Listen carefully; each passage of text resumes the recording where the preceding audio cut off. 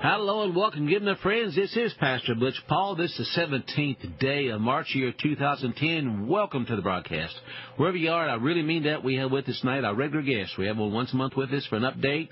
And we're going to bring up a few minutes. His name is Bob Chapman with the International Forecaster. Take me home. Howdy, folks. We are back. And if you've never been down this way before, we should just pack the car this July and come on down and see what they call almost heaven. No, it's not as glamorous as the song says it, but it's a good place to be. And it's definitely a good place to be on the weekend of our seminar coming up.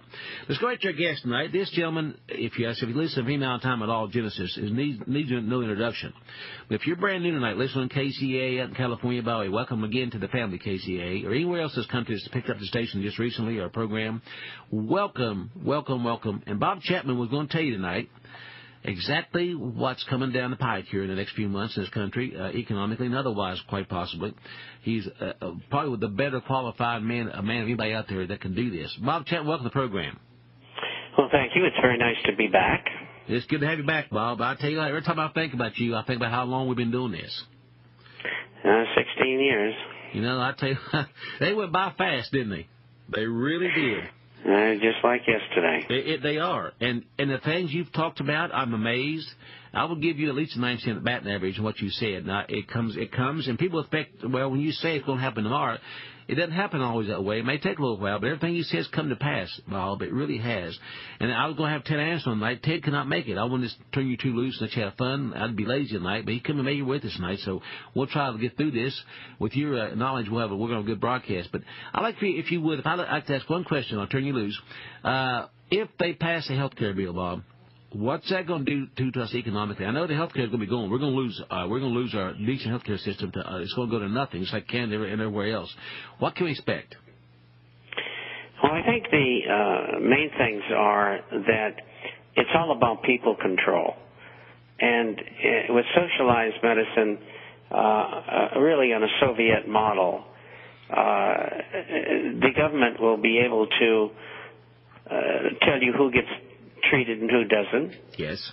The method of treatment by a non-doctor, there'll be formulas, and they'll decide, and the doctor won't. The doctor will be told what modalities that he'll be allowed to administer, and also he'll be told whether they want to allow the patient to die as well. And that means the Hippocratic Oath will no longer apply. They're going to make 40 million people who don't have insurance get insurance, so the insurance companies really like that, as well as the hospital companies, and, of course, the pharmaceutical manufacturers, and they'll all make lots and lots of money.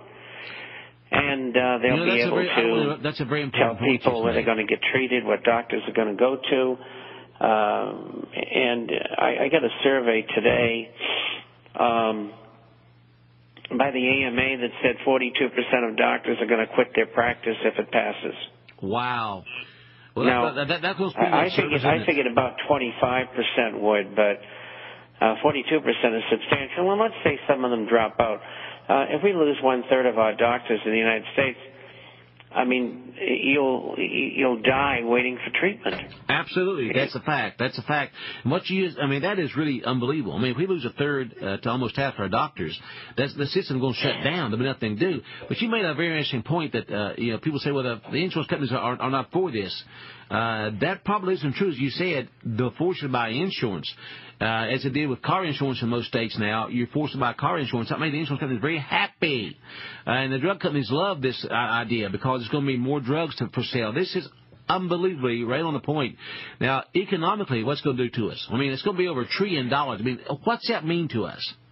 Well, for openers, it means that they can't raise the money, even though they're going to, premiums are going to be paid at a high rate for those who are insured, and we don't even know what's in the bill. We're just guessing here. These are some of the things that we've talked about because the Speaker of the House and Reid and Pelosi, they say that we're going to make believe that the Senate passed this, and we'll say it's passed.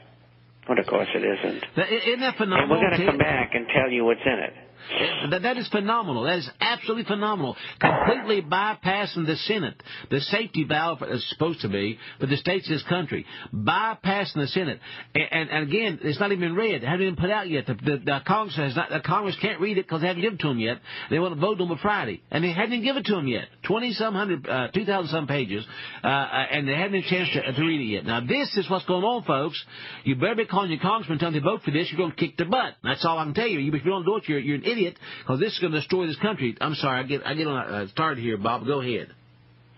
Well, I think if perchance that the bill is passed, I think the best thing that Americans can do is coordinate together and have about 20 million people descend upon Washington, D.C., and just sit in the streets and bring the city to an absolute halt. That'd be wonderful. That'd be fantastic. That would be the way we would stop them. Nonviolent, passive, sitting in the streets. And that'll bring the whole city, and we'd have to do it for a week or 2 or 3 for them to get the message. That would be a phenomenal thing if that would happen. It really would. But I don't think we can overstate the seriousness of this situation, Bob. This is going to absolutely destroy us economically. I mean, and the healthcare system will be shot. We know that. But economically, we can't afford it as a people, much less as a country. Well, there's plenty of blame to go around here for the medical system. The hospital companies, we'll call them, are greedy, and they charge too much, $12 for an aspirin and things like that. And the doctors, they're not happy making $100,000 a year. They've got to make $500 a year, whatever. And then, of course, too, we have the attorneys who get involved, and they got to get their piece of the action.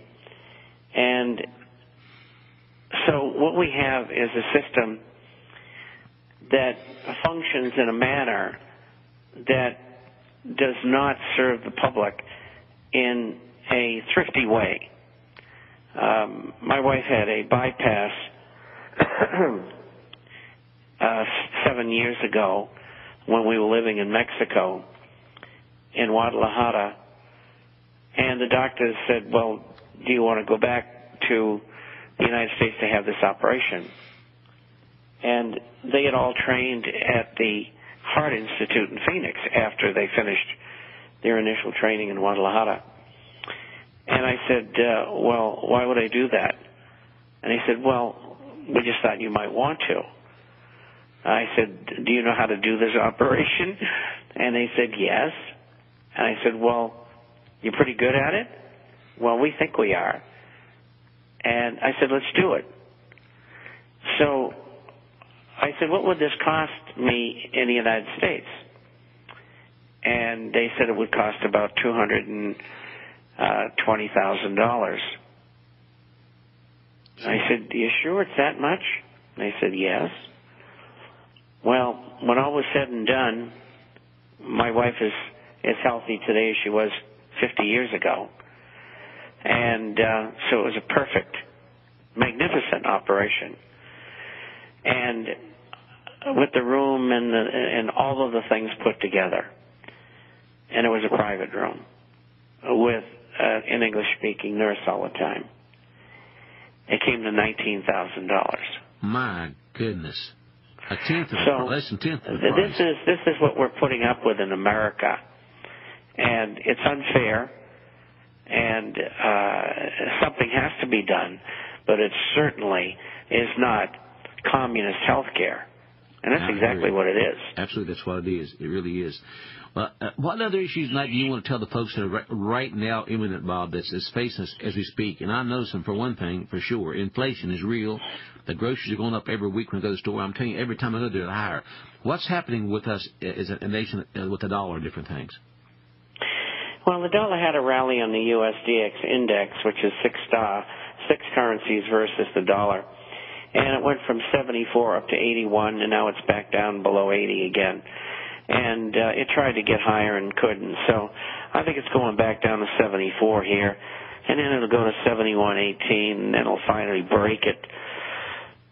probably sometime this year. And then during the course of next year, it'll probably go down to 40 or 50. Wow. Everybody what has problems. What would that mean? What it means is that the dollar would lose half of its value between now and the end of next year. Would that be versus 6 major currencies? Would that mean that inflation will go up about that much also? I think inflation will go up 14% this year. It's over 7% right now, and the government says it's 2.5 to 3.